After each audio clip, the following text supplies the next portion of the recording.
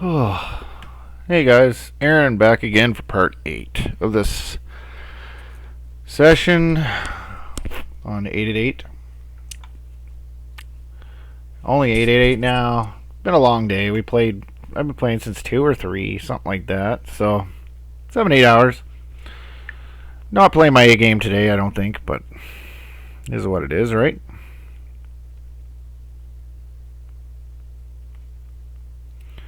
Tis what it is.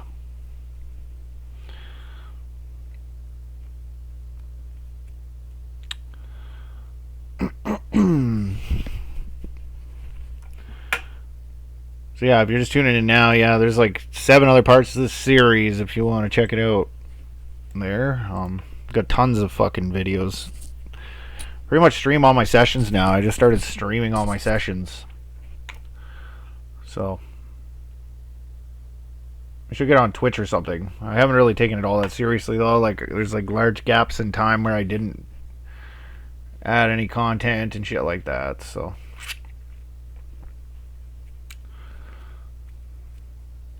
it was kind of like a weekly thing or every 2 weeks, but like my work schedule, I just haven't been able to keep up with it, to be honest. So tournaments are a little different than cash games too in that respect, because if you're on call, like playing tournaments is kind of a risk, because if I get a call to go to work, like I'm kind of screwed. So I kind of got to pick the times where it's pretty safe for me to fucking play, where I don't think I'm gonna get called, like today on a Sunday before Christmas time. Like around Christmas, like things slow right down around here in the oil field in Alberta here. So yeah, things just get a little slower. So this month I haven't worked much. Like fuck, yesterday I worked a 20-hour shift and it just sucks. I would have finished that fucking shift, but Buddy didn't want to, and I was like, all right, well fuck. So I lost like $500 there probably. I don't know. Like I'm young, so like I can work 30, 40 hours at a time, but that guy was like in his mid 40s or so mid to late 40s, and like I don't know, just too old I guess for that shit now. So I didn't want to make him feel bad, so I'm like, all right, I'll go with you on the leaving thing. I could have stayed though. I could have said something, but then they would have had to get a pickup truck out to the rig to fucking get him out of there, and he'd feel like, I don't know. Maybe I should have just. I thought we were gonna go back tomorrow, or today it would be now, but they hired somebody else. Look at that shit, eh? Yeah. That's why I wanted to do the job, because I know there's companies out there that'll do that fucking job in one shot and get it fucking done. So we gotta compete with that. Anyway, going on about work now.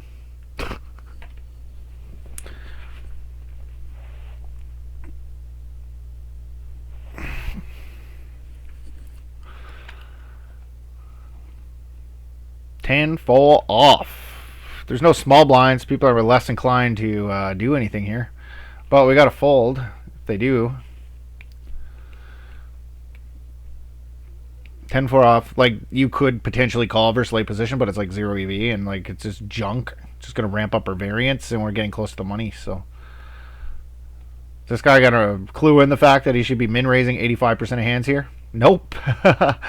Yeah, you just deviate from like being a heads up. I guess 15 effective, like heads up, we're mostly limping, but I got the chart right here. This is what his response was supposed to be in that scenario. Where is it? Everything's backwards. My kid's like fucked everything on here.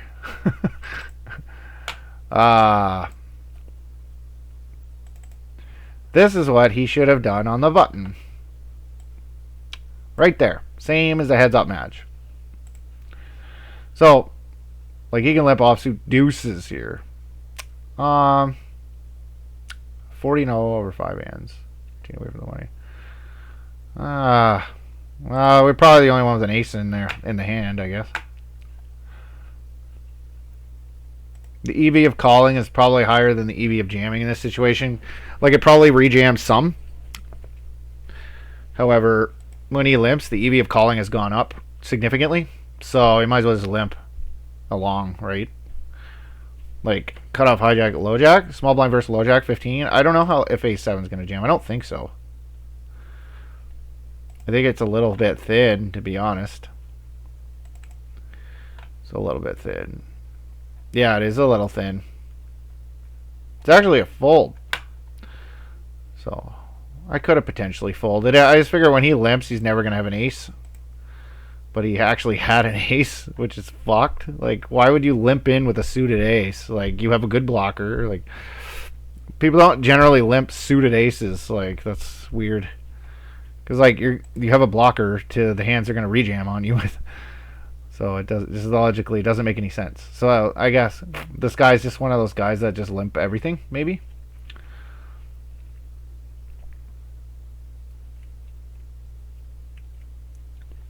I want to mark that for review. What do we do with A7 there? Do I just fold? Like, it seems like a little too strong to just fold. This is a jam. This could be it right here. Because you're going to gain about 20 to 30% more EV by jamming this fucking hand. Now, I don't know what the fuck to do.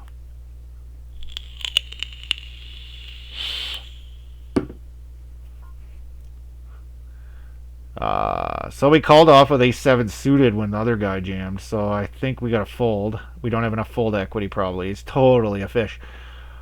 I could call along, but we're too short. Like, this is another one I'd like to review.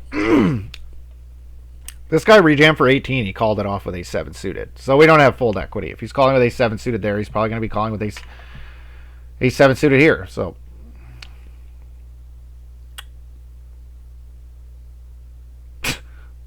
he like flopped the nuts with the redraw to the straight flush.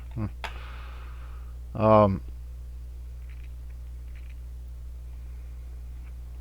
position was he in at the table? Cutoff, hijack, low jack, like middle position under the gun 1 for 15 on the cutoff.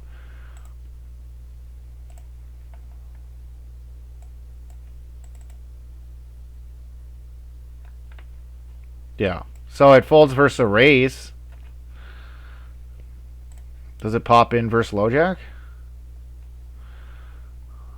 Like, if I had fucking 20, I would have called.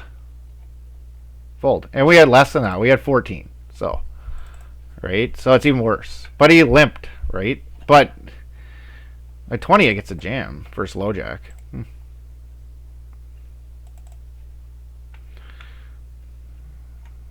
Could jam at 20.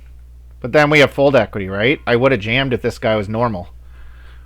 Right? And he raised, then I would have jammed. Because he's going to fold the correct frequency, and we have fold equity. But versus this guy, I don't think we do. He's proven to us that he calls wide versus jams, and that he V-pips almost every hand. So versus that guy, we just want to be more linear.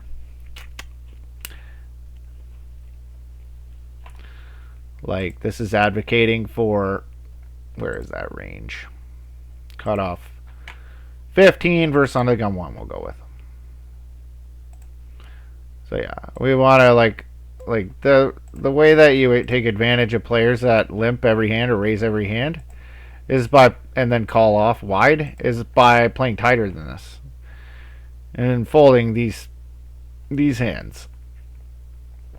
You know, because like then they're at they're at an even bigger disadvantage with their wide calling strategy, right? Because you're going to be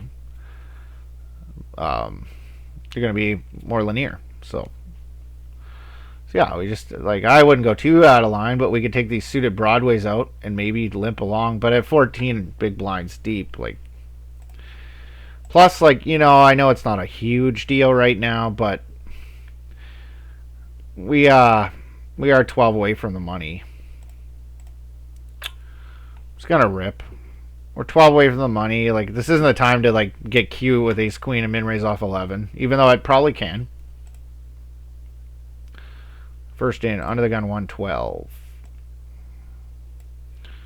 Like, we jam a little higher on the bubble too, right? So Yeah, it's a pure jam. Even, yeah, it's a pure jam. So we get called by a tight guy, so that's not good.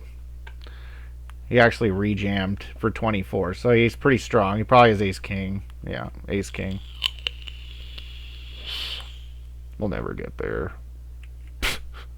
I didn't think so. Yeah, tonight's just been so bad. I knew he had ace king before the cards even turned over. Okay, guys. Well, thanks for watching. Sorry I didn't do better. I tried. Next time we're going to do better, probably. Usually that's how it works. You have a shit session, have a shit session, then you have a really good session. So yeah, I think we're due next time. So I'll probably be playing again in the next week or so. I got time. So yeah, keep an eye out for that session. And yeah, thanks for watching.